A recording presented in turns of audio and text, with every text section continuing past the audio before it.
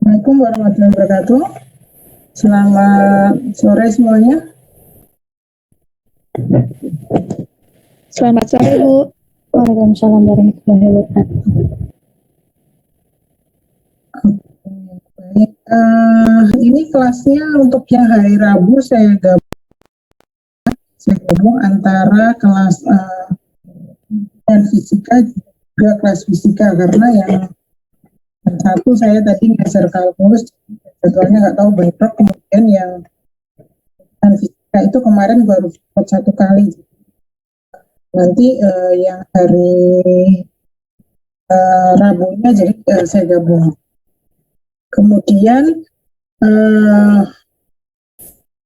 materi untuk yang pendidikan fisika itu ketinggalan satu pertemuan karena kemarin baru dipotnya 1 kali, jadi saya berikan di Epsilon materinya untuk dipelajari sendiri dan juga dikerjakan tugasnya. Jadi yang analisis vektor 2 mengenai teorema fundamental itu kalian baca dan juga dikerjakan tugasnya. Kemudian untuk kelas fisika masih ada juga mengenai analisis vektor, khususnya adalah terkait dengan sistem koordinat.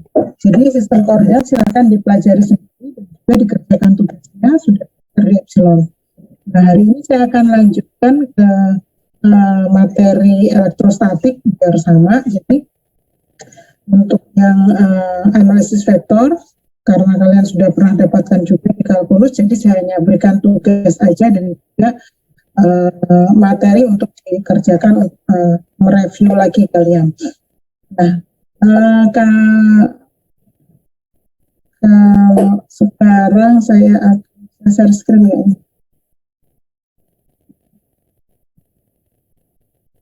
Nah, ini sudah kelihatan belum? Oke ya. Oke, saya lanjutkan langsung ke elektrostatik. Elektrostatik, jadi satuan muatan itu Coulomb. Satuan muatan listrik itu besarnya dinyatakan dengan satuan Coulomb, di mana kalau dua buah muatan ini besarnya 1 Coulomb, kemudian jaraknya 1 meter, maka dia akan mengalami gaya sebesar 1 Newton. Nah, definisinya kira-kira seperti itu. 1 Coulomb ini setara dengan 6,25 kali 10 pangkat 18 dari muatan elektron. Kalau kalian ingat muatan elektron itu 1,6 kali 10 pangkat 19 ini.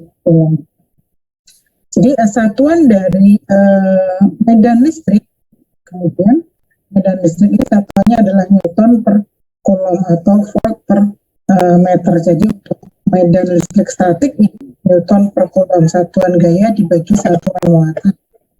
Nah, ketika ada dua buah muatan listrik, kita sebut di sini 1 dan 2, maka ada interaksi listrik di antara kedua muatan ini yang kita kenal sebagai interaksi atau gayanya adalah gaya Coulomb, yang besarnya sebanding dengan perkalian kedua muatan dan berbanding terbalik dengan kuadrat jaraknya. Kalau kemudian besar gaya tadi kita nyatakan dalam vektor, maka misalnya I2, ini I1, nah ini adalah R21, jarak antara muatan 2 dan muatan 1, ini adalah F21-nya. Di mana satuannya, arahnya dikatakan dengan R-topi.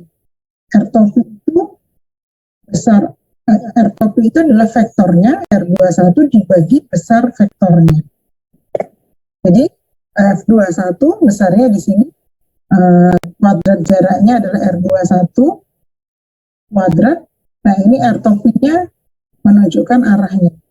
Jangan lupa ini karena gaya listrik adalah besaran vektor, jadi R-topinya ini jangan lupa. Kemudian kalau misalnya kita ada beberapa ada beberapa muatan.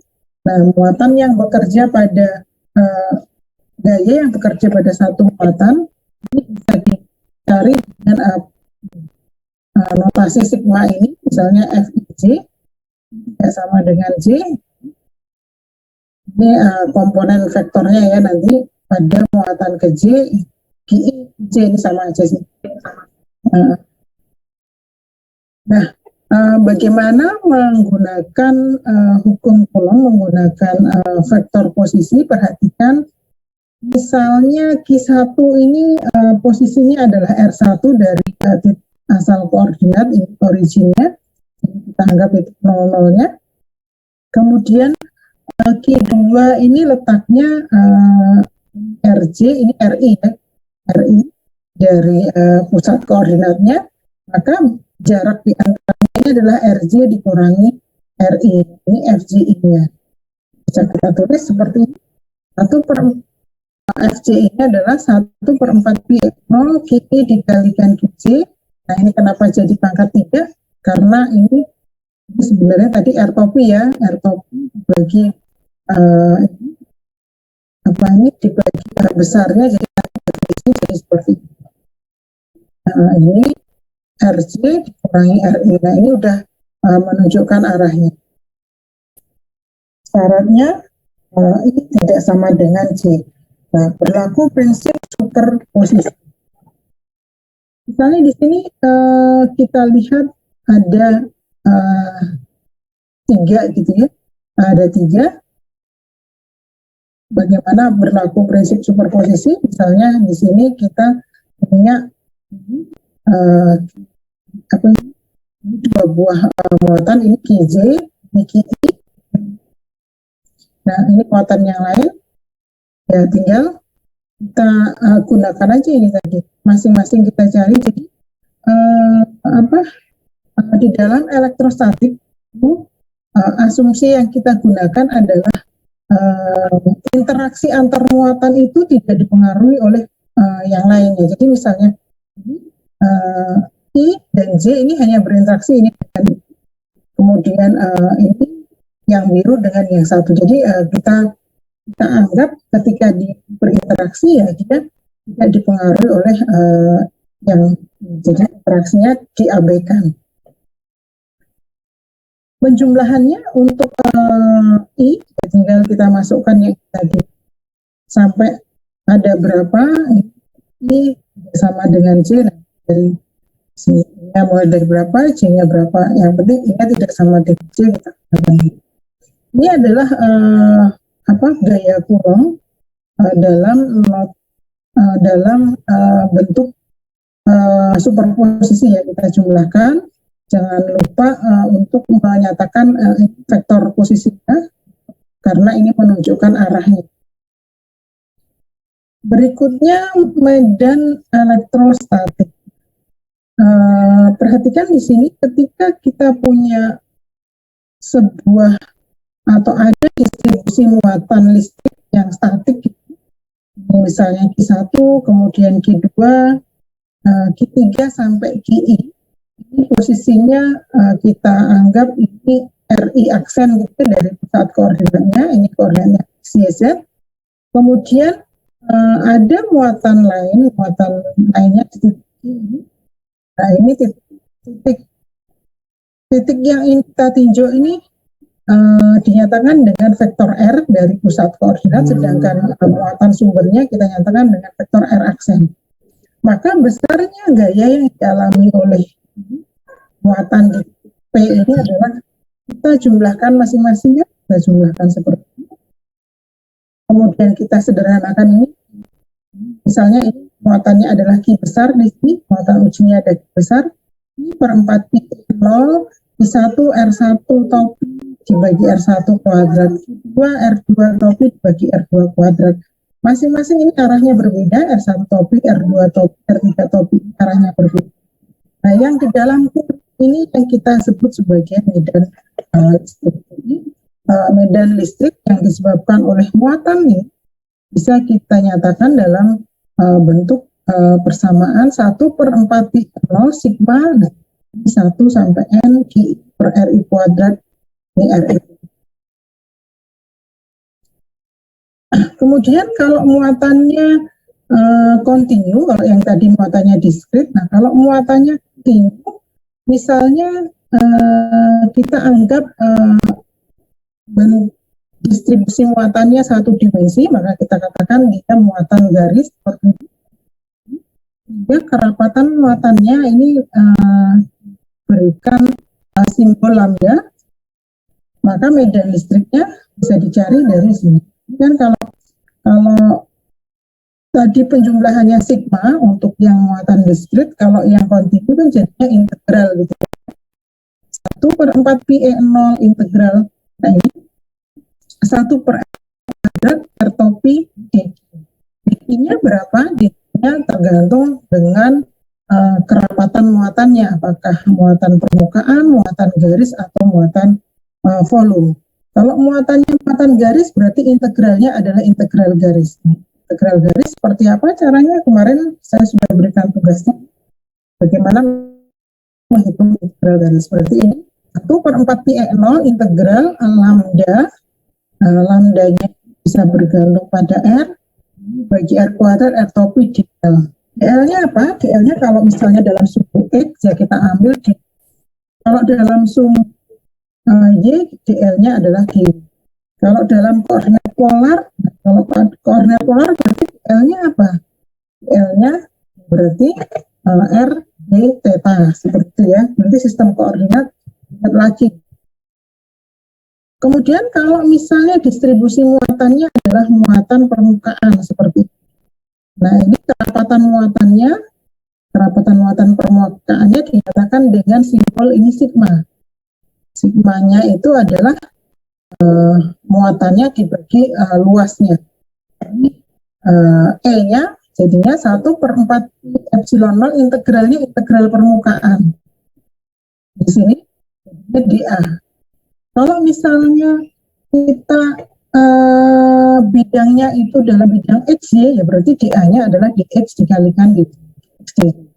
Kalau misalnya bidangnya itu dalam koordinat polar, berarti dA-nya adalah R d theta dikalikan dr. R dr d theta. Kalau bidangnya dalam koordinat bola, nanti ya apa untuk koordinat bola? Silakan dilihat lagi nanti di sistem koordinat. Kemudian kalau misalnya muatannya ini terdistribusi atau muatan volume, rapat muatannya adalah rho.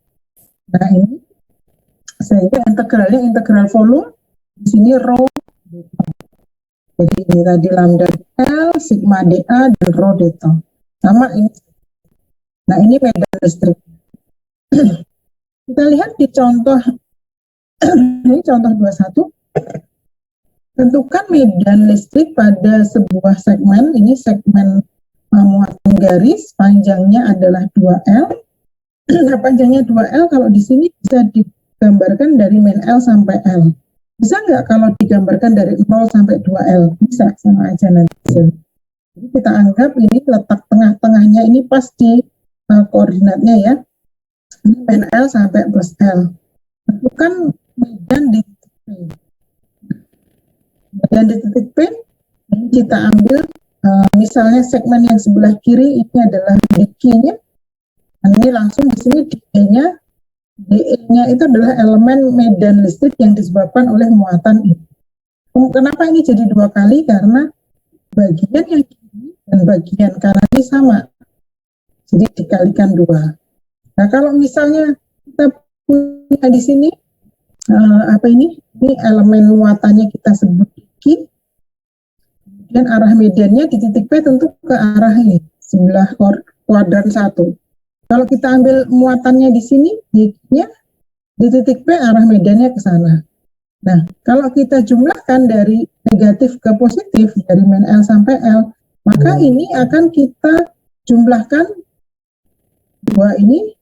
Nanti ada komponen Y-nya dan juga komponen X-nya. Sorry, komponen Z-nya, karena ini yang ketiga adalah sumbu Z. Komponen Z-nya dan juga komponen X-nya. Kalau misalnya yang sebelah ini kita anggap ini E2 dan ini kita anggap E1. Nah ini yang komponen horizontalnya akan saling menghilangkan. Tinggal komponen yang tegak aja. Sehingga di sini muncul 2. 1/4 pi E0 dq. Dq-nya berapa? Dq-nya adalah lambda dikalikan dx. 1/4 pi E0 lambda dikalikan dx per r kuadrat jaraknya. Ingat arahnya kemana? Dia arahnya adalah ke, kalau kita jumlahkan arahnya jadinya ke arah sumbu yang tegak. Nah ini adalah yang kalau kita uraikan ke atas ini adalah cos theta, jadi sekarang z topi. Jadi cos theta z topi. Cos theta nilainya berapa? Cos theta nilainya adalah ini, bagian yang tengah-tengah ini adalah z-nya bagi r-nya. R-nya yang miring ini berapa? R-nya yang miring ini adalah akar dari Z kuadrat tambah X kuadrat. Nah, ini masukkan ke sini. Cos theta-nya diganti. Sehingga DE-nya tinggal dalam bentuk ini. Sekarang 1/4 pi E0 integralnya batasnya dari 0 sampai L. 2, masukkan ke sini. 2 lambda Z. Z kuadrat ditambah X kuadrat, maka 3/2 di X. Jangan lupa ini nanti ada Z topi. Dia ada Z topi. Nah ini ya, E yang tipis itu menunjukkan besarnya, sedangkan E yang tebal itu menunjukkan vektornya. Nah kalau diselesaikan integral ini, kita akan dapatkan bentuknya ini. 1/4 pi 0, 2 lambda L, Z akar Z kuadrat plus L kuadrat. Untuk menyelesaikan integral ini kalian bisa lihat di kalkulus atau yang ada integral khusus itu tinggal dipakai aja, dikatakan, sehingga kita dapatkan dan titik P dikatakan dalam. Kemudian kalau diasumsikan Z-nya jauh lebih besar dari L, maksudnya apa? Titik P ini jauh lebih besar daripada panjang batangnya. Maka kita akan dapatkan nilainya Z-nya jauh lebih besar dari L, Z-nya ini akan diabaikan, L-nya akan diabaikan, sehingga ini jadinya Z akar Z kuadrat. Jadi Z kuadrat. Nah ini sama seperti ungkapan untuk muatan titik dengan muatannya adalah 2 lambda L. Jadi ini sama aja dengan 1/4 pi N0 Q dibagi Z kuadrat. Dengan Q-nya adalah 2 lambda L. Berikutnya kalau misalnya L-nya mendekati tak berhingga, L-nya mendekati tak berhingga, atau kawatnya ini sangat panjang dibandingkan jarak antara titik P dengan kawat ini. Jadi di sini kita gunakan ini kan limit L mendekati tak berhingga, maka ini L-nya tinggal dibagi. Jadi nilai Z-nya yang di bawah ini diabaikan, luar ini tetap, jadi jadinya adalah 2 lambda dibagi Z. Dari sini bisa kita lihat bahwa kalau bagaimana seperti apa bentuk distribusi muatannya, tapi kalau jaraknya sangat panjang atau sangat jauh dibandingkan jarak antar muatan itu, kita bisa menganggap dia sebagai muatan titik seperti ini. Muatan titik itu kan medannya 1/4 pi E0 Q per R kuadrat gitu kan. Tapi kalau dia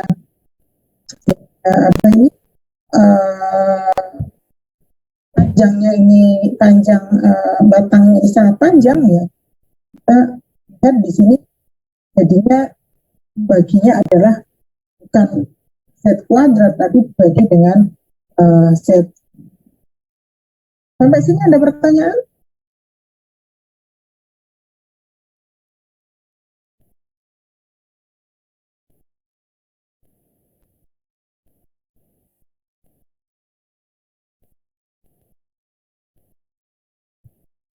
Belum ada, Bu.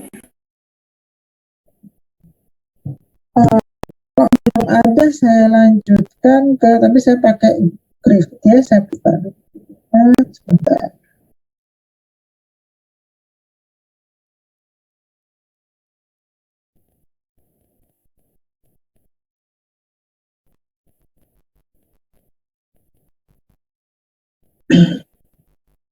Nah, ini nanti ada tugas untuk diselesaikan. Ini yang muatan diskrit dan muatan kontinu.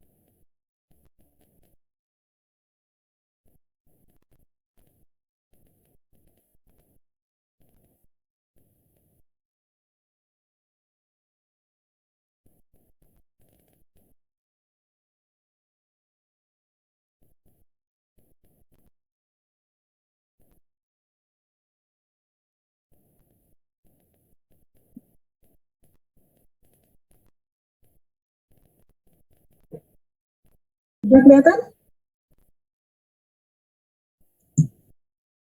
Nah,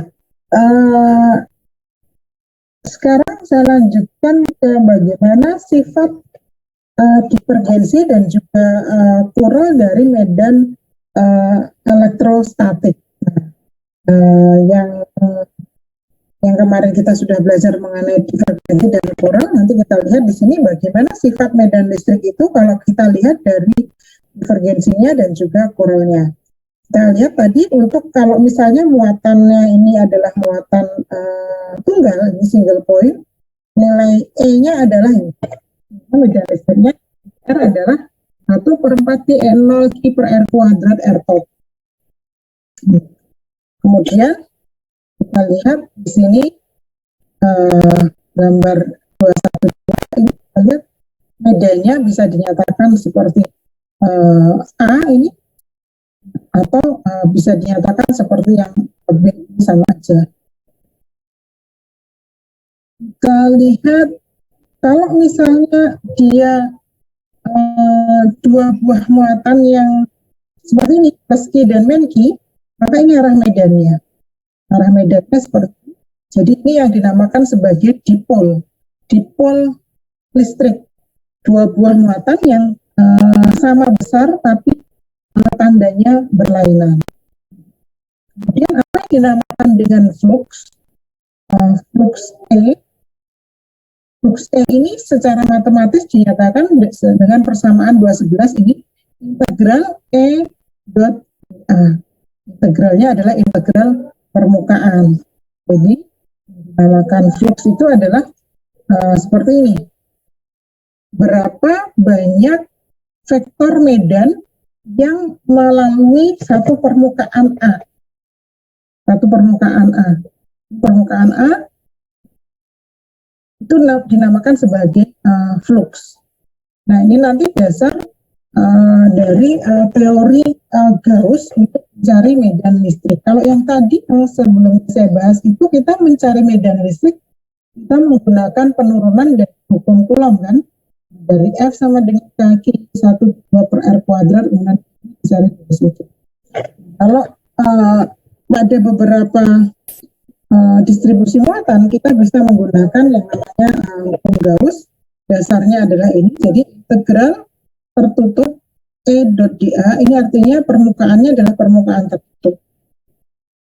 Ada nggak gambarnya di sini?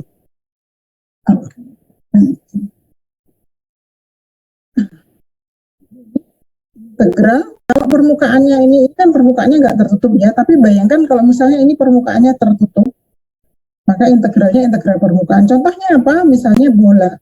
Bola itu adalah permukaan yang tertutup gitu kan ya. Berarti dA-nya di sini E-nya adalah 1/4 pi E0 Q per R kuadrat R topi. Ya.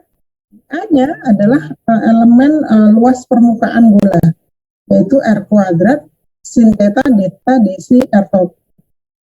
Kita bisa coret R topinya, kemudian sin theta deltanya nanti integralkan jadinya 4 pi. Nah, ini integral yang sebelah kanan ini kita dapatkan nilainya adalah Q per E0. Sehingga besarnya medan listrik, besarnya garis medan yang menembus permukaan A ini sebanding dengan muatan yang dilingkupi oleh permukaan itu dibagi 0. Kita tuliskan seperti itu, atau integral tertutup E dot dA ini sama dengan Q per E0. Ini yang dinamakan sebagai hukum Gauss. Nah, kalau misalnya yang tertutupnya seperti ini permukaannya, berarti integral E dA sama dengan muatan yang dilingkupi berapa? Muatan yang tertutup ini adalah 2Q ditambah Q, berarti 3Q. Kita lihat, nah ini adalah apa ini yang seperti persamaan 2,13 ini adalah yang disebut sebagai hukum Gauss untuk mencari besarnya medan. Biasanya dipakai kalau distribusi muatannya adalah muatan kontinu, karena lebih mudah dibandingkan kita mengerjakan menggunakan hukum Coulomb. Nah, hukum Gauss yang tadi ini adalah dalam bentuk integral E dA sama dengan per enclosed itu adalah muatan yang dilingkupi oleh permukaan Gauss. Nah, di sini dalam bentuk diferensial yang tadi itu bisa diturunkan, ini kemarin sudah membuktikan sebetulnya bahwa integral permukaan itu sama dengan integral volume. A ini sama dengan divergensi dari itu. Di bab analisis vektor ada penurunannya, sehingga hukum Gauss tadi bisa kita nyatakan dalam bentuk ini, divergensi dari E ini besarnya rho per E0.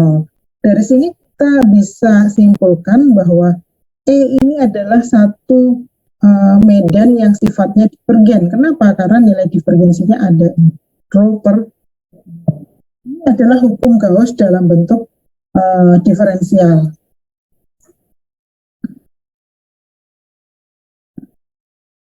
Kemudian ini tidak bisa kita lihat. Ini bisa. Aplikasinya seperti apa? Aplikasi hukum Gauss ini, perhatikan, misalnya di contoh 23. Contoh 23, misalnya ada sebuah bola solid, ini solid sphere, dengan jari-jari R besar dan muatannya Q. Tentukan medan di luar bola. Untuk mencari medan di luar bola, kita gunakan ini seperti ini. Bola berjari-jari R besar, muatannya tadi.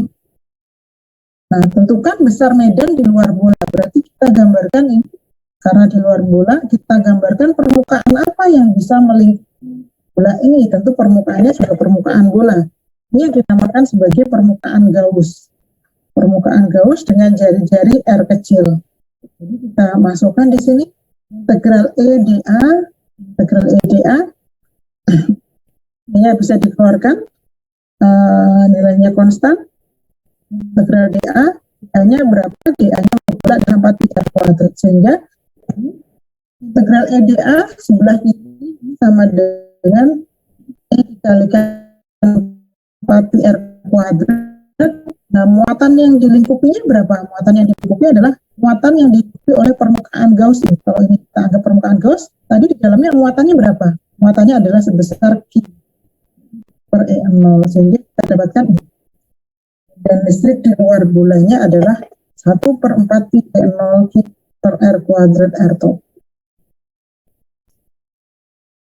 Nah,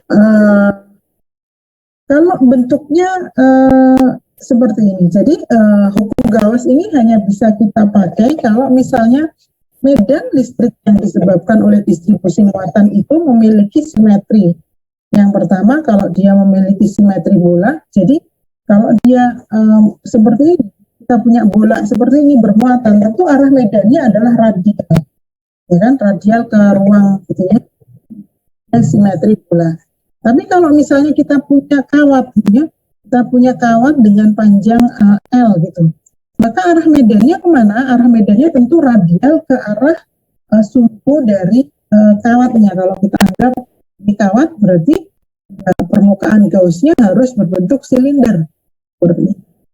Kalau kita punya misalnya medan distribusi muatannya itu dalam dua dimensi atau muatan luas, ya berarti arah medannya kan tegak lurus muatan itu ya, ke atas atau ke bawah, ke kanan atau ke. Nah, permukaan Gaussnya kita buat permukaan Gaussnya seperti kita lihat 24 misalnya ada silinder panjang, silinder yang sangat panjang, kerapatan muatannya rho sama dengan KS. Jadi rapat muatannya di sini bergantung pada jarak terhadap sumbunya, jadi rho-nya KS. Tentukan medan listrik di dalam silindernya. Nah, untuk mencari medan listrik di dalam silindernya, misalnya ini silindernya, kita gambarkan permukaan Gauss di dalamnya. Tapi kalau misalnya ditanyakan medan listrik di luar silinder, berarti permukaan Gaussnya harus kita gambarkan di luarnya. Ini misalnya ini tadi silinder dengan rapat muatannya rho sama dengan KS, artinya silindernya pejal, K-nya konstan, dan S ini adalah jari-jari silindernya. Kita gunakan hukum Gauss, integral E.dA sama dengan Q yang dilingkupi dibagi E0. Berarti kita harus mencari dulu Q yang dilingkupi permukaan Gauss ini berapa. Ini permukaan Gaussnya di dalamnya. Permukaan Gaussnya juga harus berbentuk silinder, karena muatannya berbentuk silinder.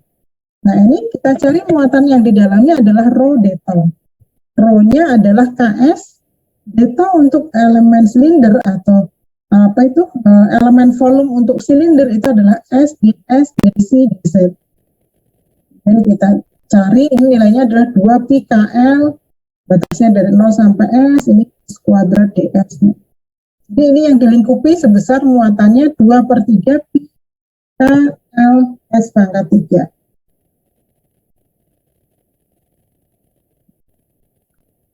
Kalau misalnya yang ditanya di luar, dan di luar silinder, berarti apa yang membedakan muatannya nanti batasnya bukan 0 sampai S, tapi 0 sampai ini jari-jarinya berapa, jari-jari yang besar ini.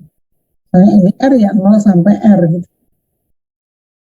Di sini kemudian sudah ketemu muatan yang di lingkupnya ini, kita masukkan ini integral EdA sama dengan E dikalikan A. A-nya berapa untuk silinder? A-nya adalah 2 pi S dikalikan L. Nah, ini yang suku kanannya tadi ini dibagi E0. Jadi tinggal 2/3 dibagi E0. Jadi nilai E-nya adalah nilai E-nya. Kalau misalnya berikutnya bidang atau muatan kita itu muatannya terdistribusi pada permukaan luas, sehingga rapat muatannya di sini sigma. Tentukan besar medan listrik. Nah, kalau kita gambarkan seperti ini, misalnya kita punya ini permukaan dengan luas A ini, maka arah medannya adalah ini ke atas maupun ke bawah. Kita anggap muatannya positif ya, sehingga arah medannya ke atas dan ke bawah. Nah, permukaan Gaussnya adalah berbentuk box ini, kotak yang bisa melingkupi medan ini. Sehingga kalau kita terapkan hukum Gauss ini, integral EdA sama dengan Q yang dilingkupi dibagi 0. Q yang dilingkupinya berapa? Yang dilingkupinya adalah sigma dikalikan A, atau rapat muatannya dikalikan luasnya. Integral EdA, kenapa di sini muncul 2A? Karena kan permukaannya ada permukaan yang atas dan ada permukaan yang bawah. Jadi ini 2A dikalikan E. Nah, ini Qn close per E0-nya berapa? Qn close-nya adalah ini sigma dikalikan A dibagi 0. Jadi bedanya 2A dibagi E dikalikan E sama dengan ini 1/E0 sigma dikalikan A. Atau E-nya tinggal 2A-nya dikalikan ke kanan, jadi E-nya jadinya ini sigma per 2E0 N. N ini adalah vektor normal dari yang bidang Gaussiannya. Kalau misalnya kita anggap yang vertikalnya sumbu Z, berarti ini arahnya ke Z maupun ke plus Z. Nah itu kemudian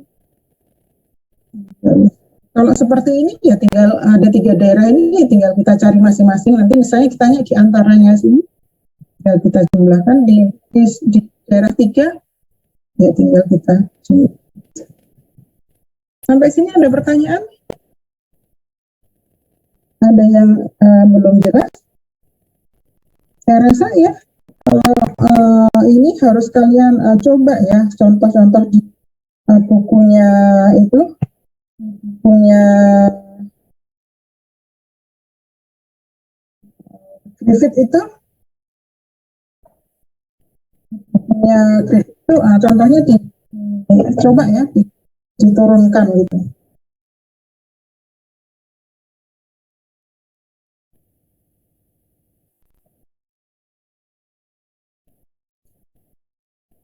Ada yang ingin ditanyakan? Jadi untuk menghitung medan listrik, kalian bisa menggunakan hukum Gauss asal dipenuhi 3 syarat ini. Kalau tidak dipenuhi, ya kita gunakan hukum Coulomb. Hukum Coulomb itu yang seperti apa? Hukum Coulomb itu yang seperti ini tadi, seperti yang hukum Coulomb itu seperti yang ini. Jadi ini 1/4 kita integralkan nih kalau muatannya volume, kalau muatannya permukaan kita ini, kalau muatannya garis kita. Jadi hukum Coulomb itu 1/4 Pn0 dq per R kuadrat. Dengan dq-nya bisa lambda dl, bisa sigma dA, atau bisa rho dT.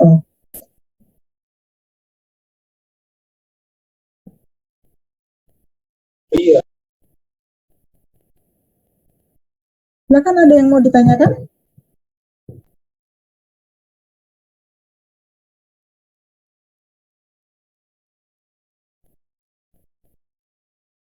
Sepertinya ini di tes 2 dulu harusnya sudah juga ya menggunakan hukum Gauss ya. Mungkin problemnya lebih sederhana nanti dibandingkan dengan di LM. Karena di stage 2 fisika dasar 2 harusnya kalian juga belajar ini elektrostatik.